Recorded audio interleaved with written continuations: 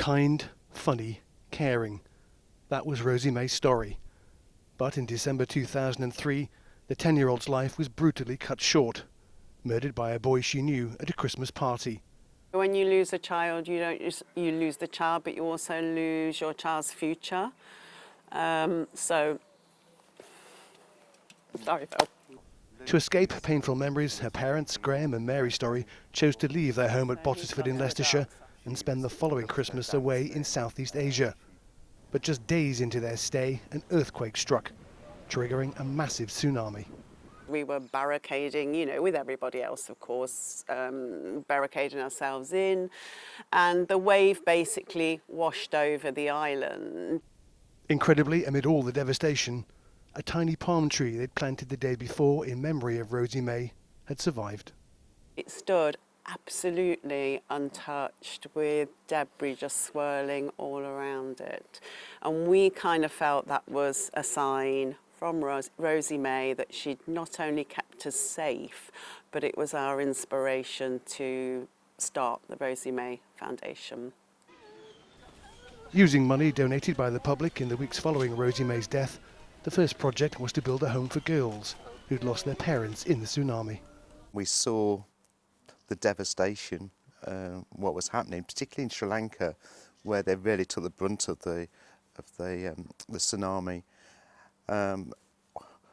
We felt we got all this money in the bank that had been given, so we decided we were going to do something to help those children that had been affected by the tsunami.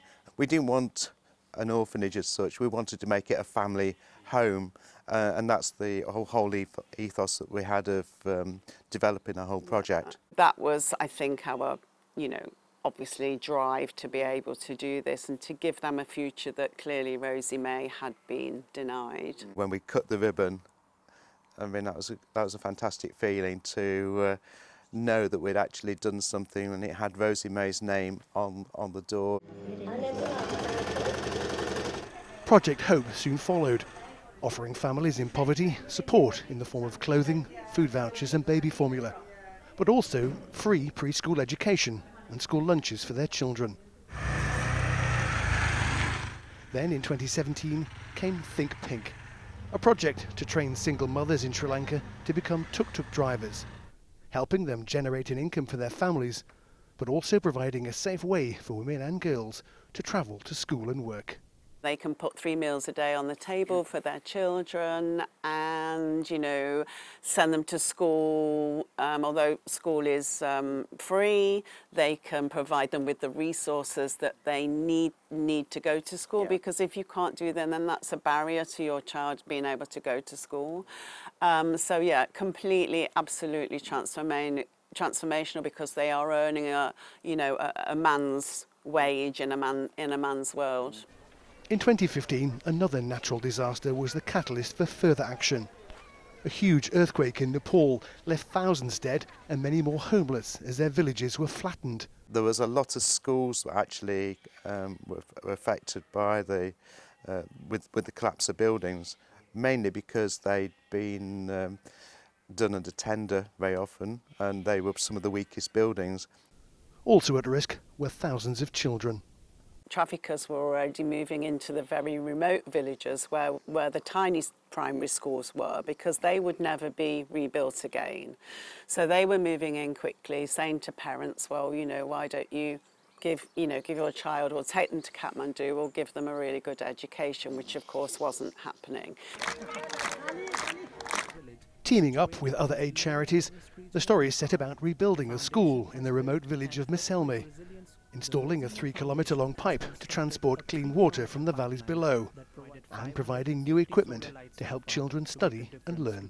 In these remote villages, there's no electricity, so once darkness falls, children can't learn, they can't read. So we set up this solar light programme, so children were able to do homework or read with it in the evenings. They tend to read by open fires or use kerosene lamps. So our One Light, One Child programme means that a solar light actually will enable them to, not only them to be able to read, but it actually lights up the whole room, so it enables the whole family to have light in the evenings. And once this was set up, the teachers were saying that the standards of achievement in the classroom had raised considerably because they were able to do the homework in the evenings. My name is Menuli and I am 10 years old.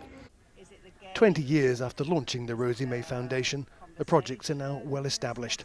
And it's clear all the fundraising, all the time and all the effort has paid off. We've got girls that are in nurse training. We've got girls that, you know, are at university wanting to be lawyers. You know, I mean, it is just so tangible that and incredible that we've been able to. And you know, we feel very privileged actually to be able to have been there since they were, you know, 4 years old, and now, you know, they're in the 20s. That's helped us as well in the background of, you know, the trauma that we've been through, because we've been able to help those girls. We've seen them grown up, so they're an extension of our family really now. Following the tsunami, the Storries also set up Girls Can Surf, a project aimed at helping mothers and daughters conquer their fear of water. Disproportionately, a lot of women drowned in the tsunami. So we not only did they learn to swim, but we got them onto surfboards as well. But behind everything is the memory of their daughter Rosie May, the young girl who loved to dance, driving them on when sometimes giving up seemed an easier option.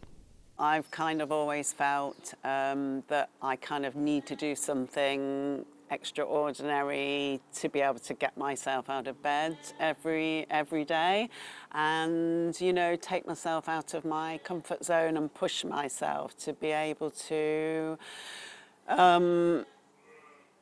just, you know, kind of carry on with life really, because, you know, this stays with you forever. I think this just gives us a focus to take us forward with life and remember Rosie May in the way we want to. It's just mostly about giving those futures to other children, which was one that Rosie May was denied. We couldn't do that for our own daughter, but we can actually do it for other children. Phil Brewster, ITV News.